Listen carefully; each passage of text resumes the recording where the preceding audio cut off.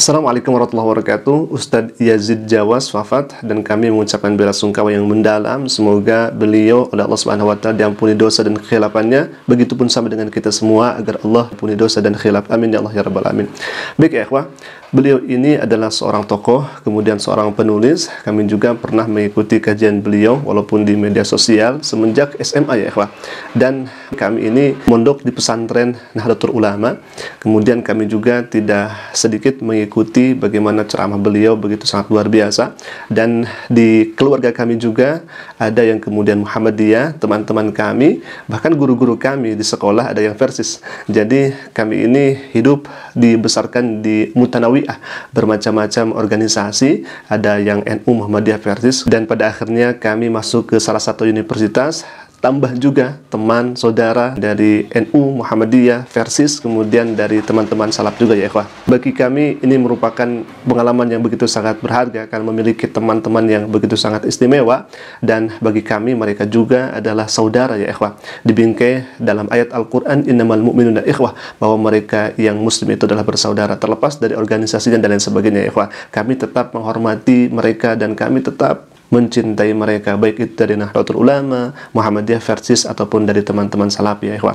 Dan kami tentunya akan menjadi garda terdepan ketika ada pihak non-muslim yang memfitnah, mencaci, yang menghina dari guru-guru kami, baik itu dari Salafi atau dari NU Muhammadiyah Persis. Bahkan alhamdulillah ya ikhwah, kami pernah satu panggung dengan tokoh Persis ketika kami mengadakan kajian, dan qadarullah kami kala itu membacakan ayat suci Al-Qur'an, dan dari tokoh Persis ini beliau menyampaikan tabliknya, beliau menyampaikan ceramahnya ya ikhwah. Jadi alhamdulillah kami dikelilingi oleh orang-orang yang saleh, orang-orang yang baik insyaallah, dan kami insyaallah sangat berlapang dada ketika adanya perbedaan. Pun sebaliknya, kalau misalkan ada pertikaian di antara umat muslim tentunya, maka Allah Subhanahu wa taala mengingatkan kepada kita, faslihu bain akhwaikum wattaqullaha la'allakum turhamun, bahwa kita harus senantiasa mendamaikan, menenangkan antara kaum muslimin yang satu dengan yang lainnya, karena sekali lagi innamal mu'minuna ikhwah, bahwa umat muslim itu adalah saudara. Inilah yang sejatinya harus ada di setiap hati yang beriman kepada Allah dan Rasulnya. Dan kita tentunya ya ikhwah capek kalau misalkan kita terus diadu domba sehingga umat muslim yang satu dengan umat yang muslim yang lainnya saling membenci atau bertikai dan sebagainya. Stop pertikaian dan mari kita pikirkan untuk senantiasa bersama dan senantiasa kita saling menyayangi. Baik ya, kita akan langsung saja masuk ke poin yang sedang ramai dibahas di media sosial. Ada yang bertanya ya wah, terkait daripada kenapa di kuburannya almarhum Ustadz Yazid ini kemudian ada yang sholat di sana. Bahkan di salah satu komentarnya seperti ini, lah ini sholat di kuburan bid'ah, woi dalilnya mana? Kemudian ada juga yang mengatakan, maaf saya dangkal ilmu agama, mohon pencerahan, emang setelah dikubur boleh disalatkan, bukannya lebih baik salat gaib saja? Ada juga yang berkomentar, gue kemana aja selama ini, kok aku baru lihat orang salat di kuburan? Mungkin pertanyaan-pertanyaan yang semacam ini mereka sampaikan dilandasi ketidaktahuan ya. Baik, karena mereka bertanya, maka insya Allah kita akan jawab pertanyaannya.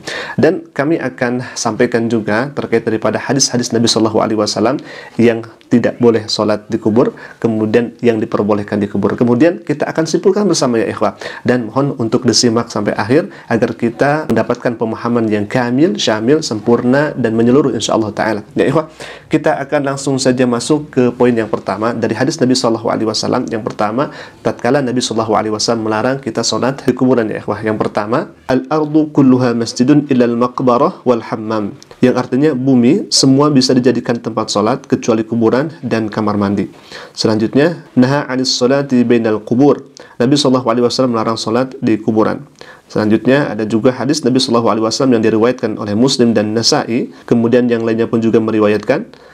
Artinya jangan salat menghadap kuburan dan jangan duduk di atas kuburan. Nah, ini kemudian adalah hadis Nabi Shallallahu Alaihi Wasallam yang melarang salat di kuburan atau di atas kuburan itu, atau menghadap ke kuburan ya ikhwah. Baik, kita juga akan menyampaikan terkait daripada diperbolehkannya salat jenazah di kuburan ya ikhwah. Sebagaimana hadis Nabi Shallallahu Alaihi Wasallam, anna Nabi Shallallahu Alaihi Wasallam shalla ala qabrin, sesungguhnya Nabi Shallallahu Alaihi Wasallam salat di sisi makam atau setelah jenazah dimakamkan.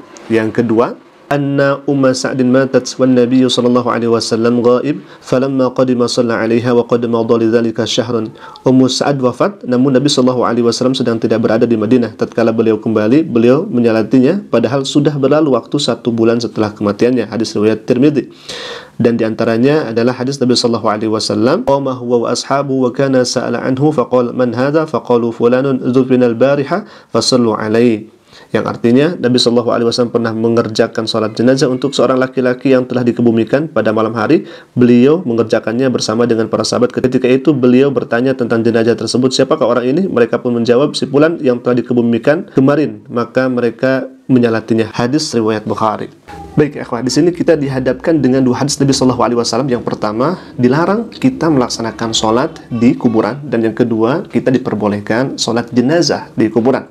Baik, kita akan mengambil pendapatnya Imam Asy-Syafi'i dalam hal ini, bahwa yang pertama, ternyata untuk larangan sholat di kuburan itu adalah sholat maktubah, adalah sholat wajib seperti zuhur, asar, maghrib, isya, subuh dan sebagainya. Adapun sholat sunnah jenazah, karena memang Nabi Shallallahu Alaihi Wasallam sudah mencontohkan, maka itu diperbolehkan. Walaupun kendati demikian, ada ulama yang mengatakan sholat di kuburan itu dimakruhkan, ada juga yang memperbolehkan. Baik, ikhwan, kita akan langsung saja melihat ke kitab yang sering dikaji di pondok pesantren terkait daripada sholat di atas kuburan, ya ikhwan.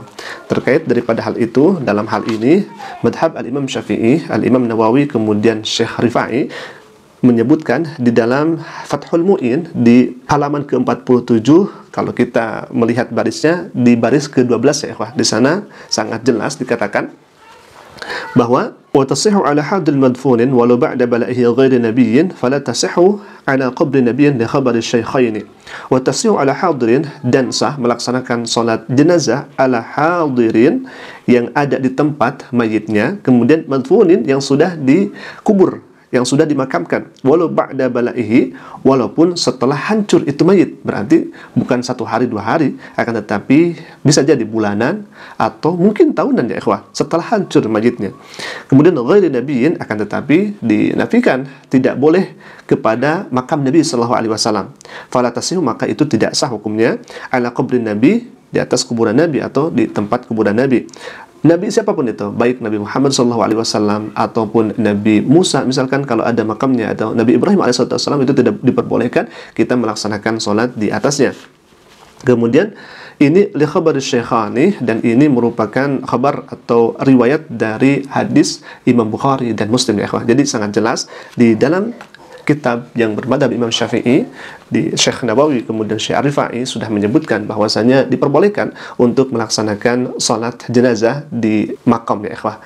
Walaupun sekali lagi ada pendapat ulama yang memakruhkannya, tetapi untuk salat jenazah itu diperbolehkan, ya ikhwah. Baik, mungkin itu dulu video yang bisa kami sampaikan. Semoga ini juga bisa menjawab pertanyaan dari sahabat-sahabat kita yang kemudian disampaikan di media sosial. Alhamdulillah, mungkin itu saja, dan semoga bermanfaat. Jika bermanfaat, silahkan klik saja tombol subscribe-nya, dan jangan lupa tekan juga notifikasinya agar setiap kami upload video baru, insya Allah akan menjadi pemberitahuan untuk kita semua. Aku qouli hadza, Assalamualaikum warahmatullahi wabarakatuh.